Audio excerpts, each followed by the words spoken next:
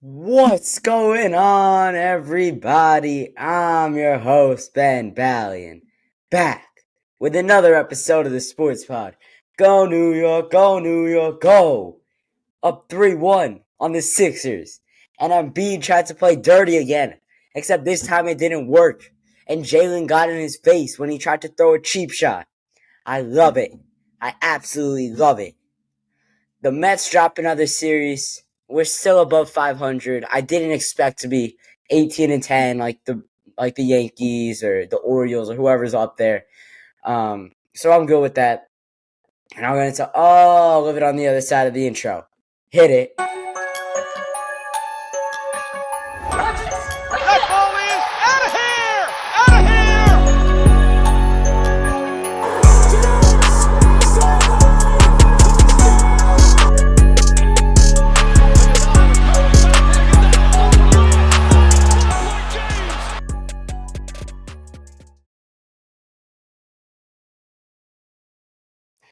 All right, before I get into the episode, I want to give a huge shout out to the Grandes, hooking me up and me and my dad up with tickets to sit courtside at the game today.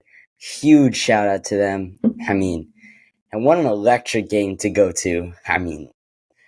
Go down 10 in the first quarter, 27-17 out of the first, storm back in the second, go to the locker room, down 2, come out in the third, and then go down 10, but come back.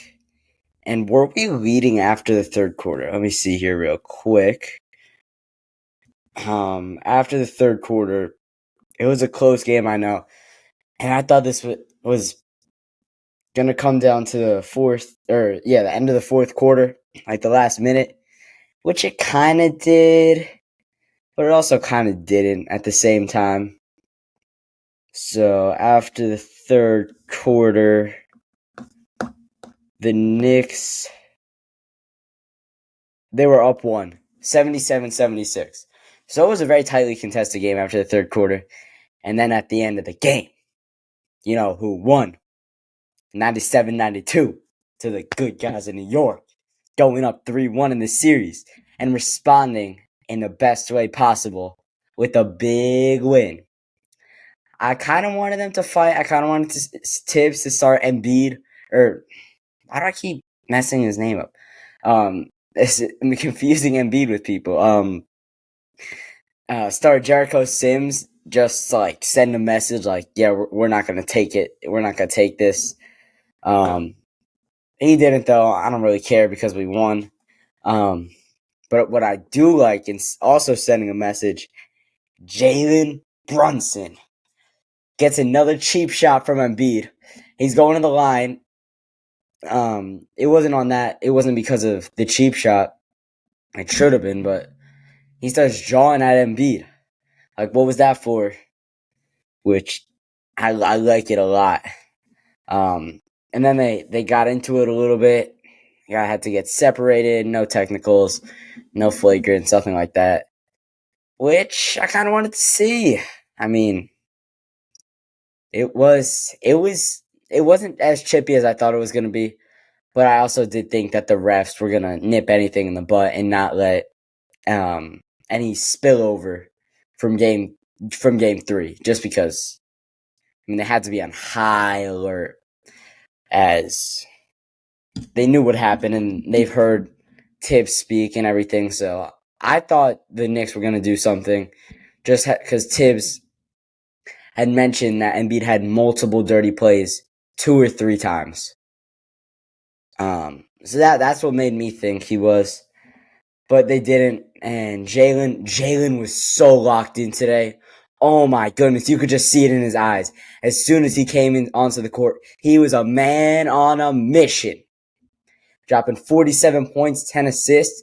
The first player in NBA playoff history to have 85 plus points and 20 assists over a 2-game span. Brun's him. Put us up 3-1. Come back to the Garden on Tuesday and give us a chance to clinch the series.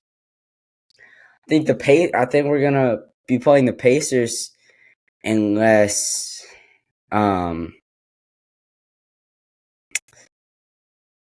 Yeah, the Pacers are up 110-96 with 5:50 to go in that game. So the Pacers are going up.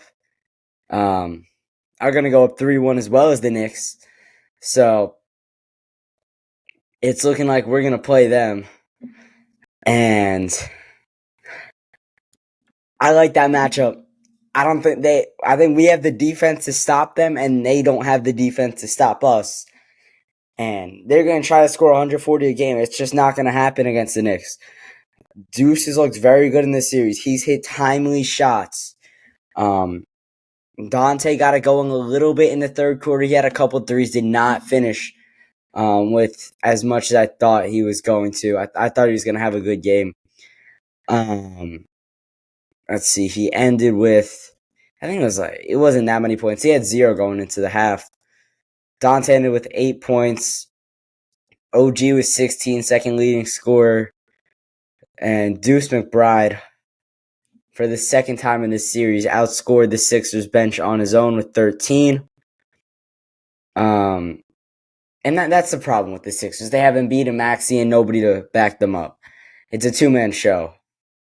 And Josh Hart, playing with 5 fouls for most of the fourth quarter, had a very risky play going up and blocking Nicholas Batum at the rim, hands straight up. Definitely couldn't call a foul there. And just all around very good defense. Achua blocking Embiid into the crowd at a big moment in the fourth as well. And really, I thought we couldn't get that last bucket for a while to clinch the game. And then we missed so many free throws. We're not going to keep winning like this if we don't hit our free throws. I think we shot sub 70% from the free throw line today. We shot 61%, 61.5%, which is not good at all. We need to be better. And that's just the facts. I think Josh missed 4. Jalen missed 2 or 3. Precious missed 1. I think somebody missed 2. Who was it? Who missed 2? Let's see. Here in the box score. Free throws. Yeah, Jalen missed 2. Josh missed 4. I guess nobody missed 2. Maybe it was on the Sixers. But Deuce had a big drawn foul. It was a foul, but it was in a big moment. He came around the screen, pulled up from 3. Kyle Lowry hit him on the forearm. It was really the elbow, and got 3 free throws, knocked down 2 out of 3. That's what we needed. Put us up, I think 5 at the time, and then we just rocked out from there. I mean, Deuce has been awesome in this series. He's had a 21-point game, a 13-point game today, and he's hit timely shots. He's been knocked down from 3. He's gotten mid-range looks. I think he's been our best defender on Tyrese Maxey.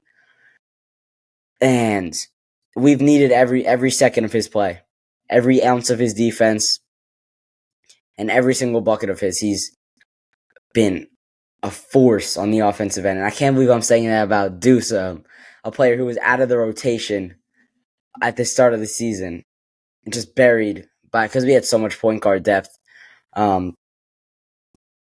But I also think the Knicks found their answer to Joel Embiid on defense, and his name is OG Anunoby.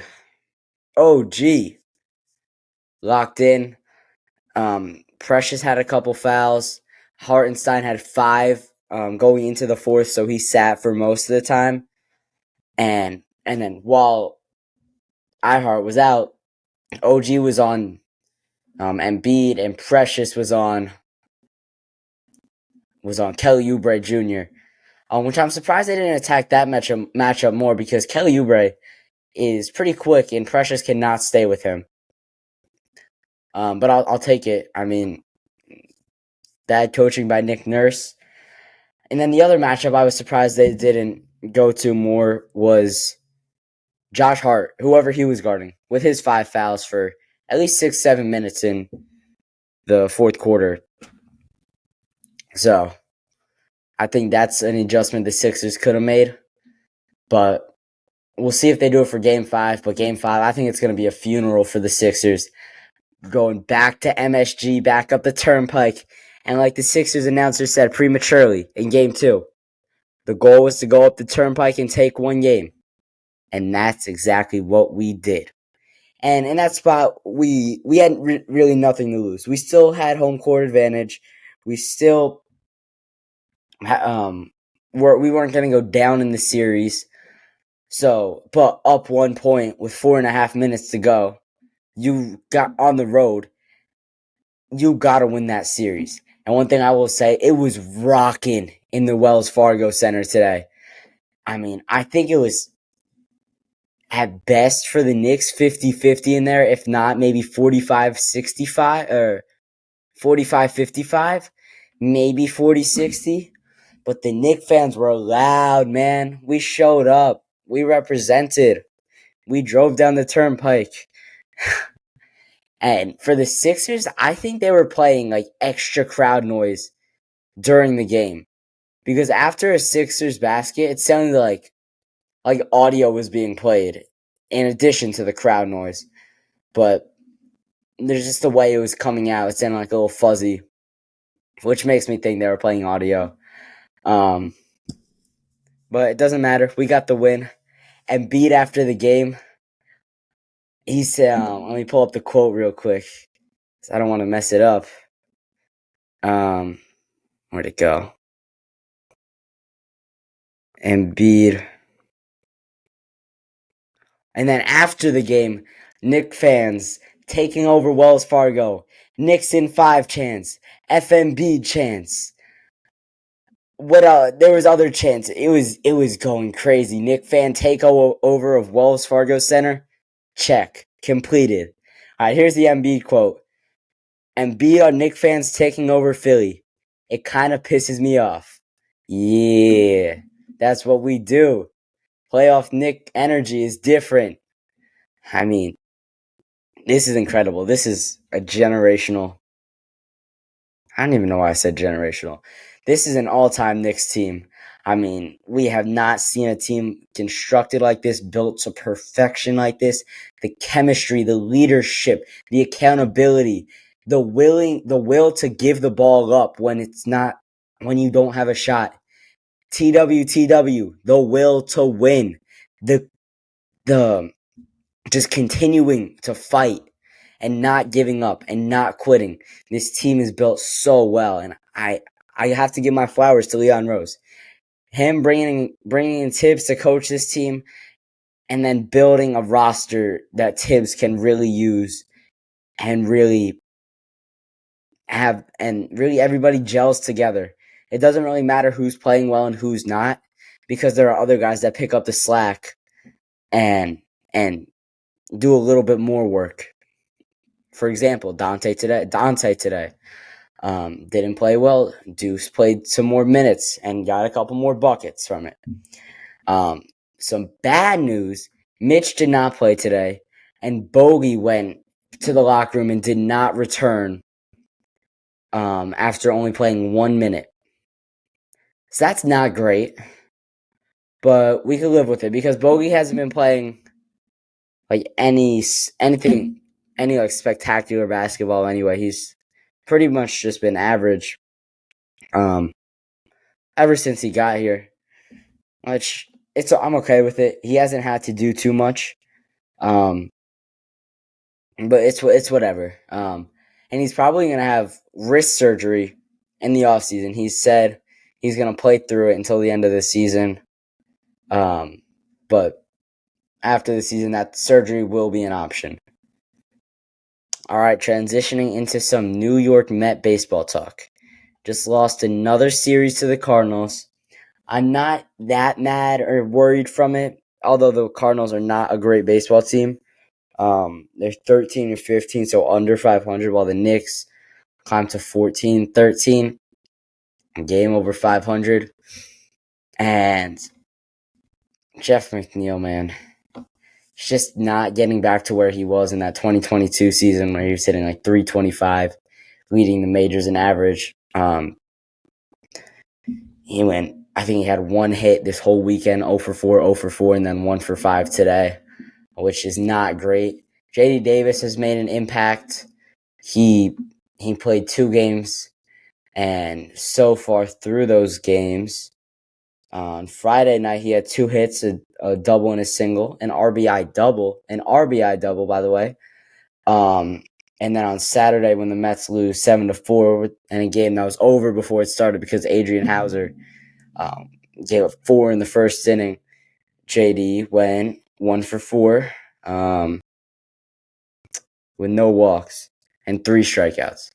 So he's been good. He's done what he's supposed to do. He didn't get a hit in his pinch hit at bat today, which isn't great, but we can live with it. And he's been all right. I think the standout part of this team has definitely been the bullpen so far. Even you're bringing up Josh Walker this week. He pitches 2 innings. He balks in a run on Saturday, but on Friday he pitches very well. He still pitched well on Saturday. He gives up a hit and a walk in 2/3 of an inning. Doesn't give up a run. And on Saturday when he balked in the run, but outside of that, he got 4 outs, 1 K. And besides that, 1 run. Good performance, and that's who we're sending down. Sean Reed-Foley's back, some more depth for the bullpen. And I'm thinking you might move Adrian Hauser to the bullpen soon. He's had a couple horrific starts so far, and it's just not working.